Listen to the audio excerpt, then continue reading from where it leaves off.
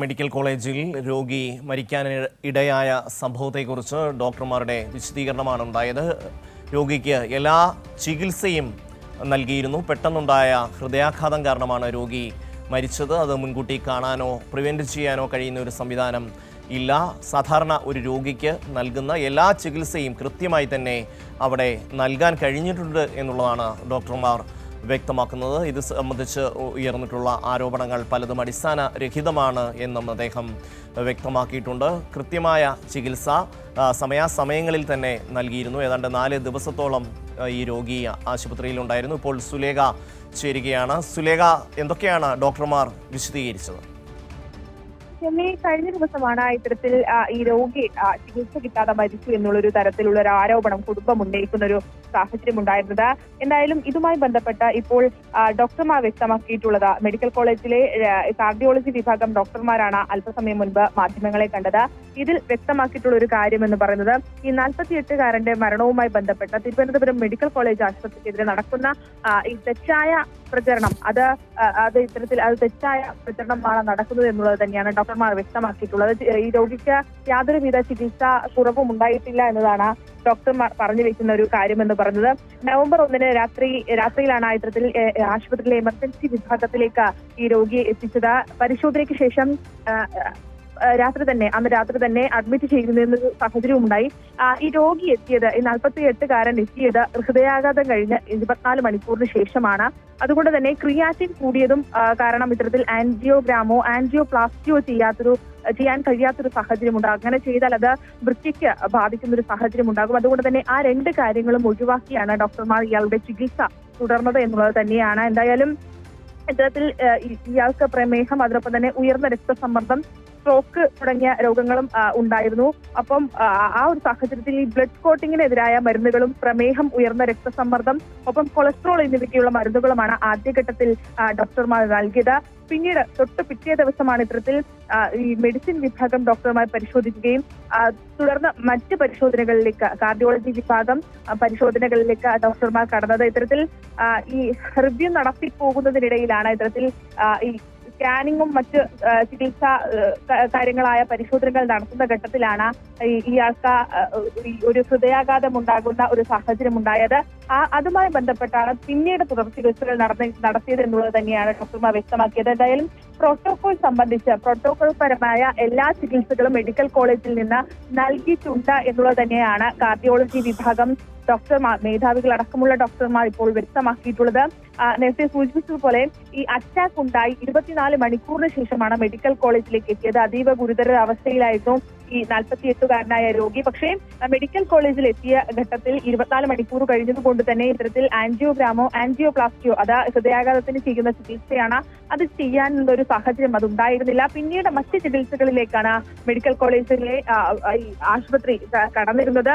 എന്തായാലും ഈ പ്രോട്ടോകോൾ അനുസരിച്ചുള്ള ചികിത്സയാണ് രോഗിക്ക് നൽകിയത് എന്നതാണ് ഇപ്പോൾ ഡോക്ടർമാർ വ്യക്തമാക്കിയിട്ടുള്ളത്. ഇത്തരത്തിൽ എത്തുന്നവരെല്ലാം ഗുരുതരാവസ്ഥയിലാണ്. ഈ കുടുംബം ആരോപിക്കുന്നത് പോലെ ബെഡ് കിട്ടാത്ത അവസ്ഥ, ഈ രോഗിക്ക് കട്ടിൽ കിട്ടാത്തൊരു അവസ്ഥ അതുണ്ടായിട്ടില്ല എന്നത് തന്നെയാണ് കാർഡിയോളജി വിഭാഗം മേധാവികൾ അറിയിക്കുന്ന ഒരു കാര്യം. അതിനൊപ്പം തന്നെ നെഞ്ചിൽ നീർക്കെട്ടുണ്ടായിരുന്നു, അത് പെട്ടെന്നുണ്ടായതാണ്. ഈ നിരന്തരമായ ഹൃദയാഘാതം കാരണമുണ്ടായ നീർക്കെട്ടാണ് നെഞ്ചിലുണ്ടായിരുന്നത്.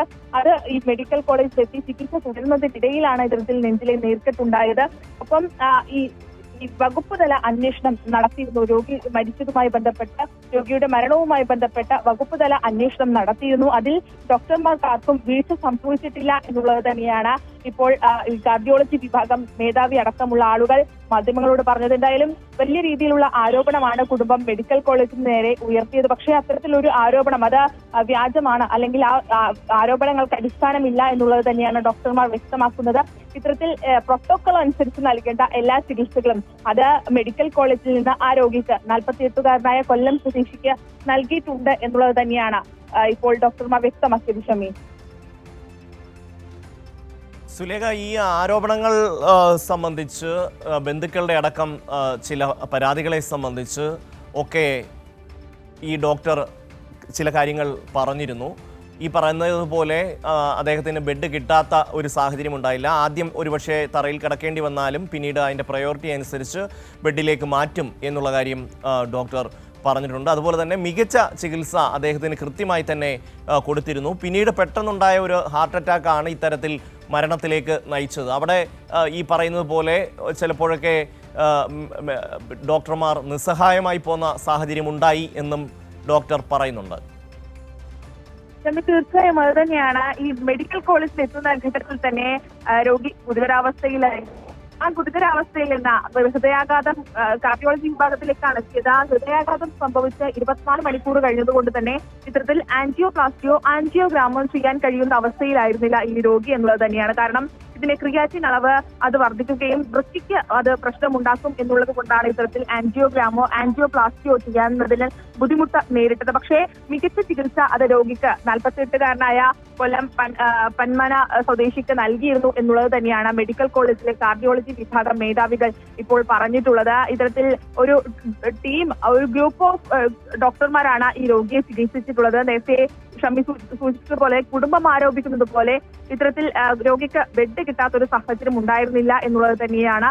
എന്തായാലും ഈ മെഡിക്കൽ കോളേജിൽ ആശുപത്രിയിൽ ബെഡ് ഒഴിയുന്നതിനനുസരിച്ച് ഈ രോഗികൾക്ക് ബെഡ് നൽകുന്നുണ്ട്. അതുകൊണ്ട് തന്നെ ഈ മരണപ്പെട്ട ഈ രോഗിക്ക് ബെഡ് കിട്ടാത്തൊരു സാഹചര്യം അത് മെഡിക്കൽ കോളേജിൽ ഉണ്ടായിരുന്നില്ല എന്നതാണ് ഡോക്ടർമാർ വ്യക്തമാക്കിയിട്ടുള്ളത്. അതിനൊപ്പം തന്നെ വലിയ രീതിയിൽ മെഡിക്കൽ കോളേജിനെതിരെ ഇന്ന് മലയാളത്തിലെ പ്രമുഖ മാധ്യമം ഒരു വലിയൊരു രീതിയിൽ ഒരു വ്യാജ വാർത്ത ഇറക്കിയിരുന്നു. ഇത്തരത്തിൽ ഉപകരണങ്ങളില്ല അല്ലെങ്കിൽ ഡോക്ടർമാരില്ല എന്നതടക്കമുള്ള കാര്യങ്ങൾ ഉന്നയിച്ചായിരുന്നു ആ വാർത്ത. പക്ഷേ അത്തരത്തിൽ ഡോക്ടർമാരുടെയോ അല്ലെങ്കിൽ ഉപകരണങ്ങളുടെയോ കുറവ് അത് മെഡിക്കൽ കോളേജിൽ ഇല്ല എന്നത് തന്നെയാണ് ഇപ്പോൾ ഡോക്ടർമാരും വ്യക്തമാക്കിയിട്ടുള്ളത്. എന്തായാലും ഈ 48-കാരന്റെ മരണവുമായി ബന്ധപ്പെട്ട മെഡിക്കൽ കോളേജിന് വീഴ്ച സംഭവിച്ചിട്ടില്ല എന്നുള്ള കാര്യം തന്നെയാണ് ഇപ്പോൾ ഡോക്ടർമാർ വ്യക്തമാക്കിയിട്ടുള്ളത്. പ്രോട്ടോകോൾ അനുസരിച്ച് ഒരു രോഗി ആശുപത്രിയിൽ എത്തുമ്പോൾ ആ പ്രോട്ടോകോൾ അനുസരിച്ച് നൽകേണ്ട എല്ലാ ചികിത്സകളും അത് രോഗിക്ക് ഉറപ്പുവരുത്തിയിട്ടുണ്ട് എന്നത് തന്നെയാണ് ഇപ്പോൾ കാർഡിയോളജി വിഭാഗം മേധാവി അടക്കമുള്ള ഡോക്ടർമാർ വ്യക്തമാക്കിയിട്ടുള്ളത്.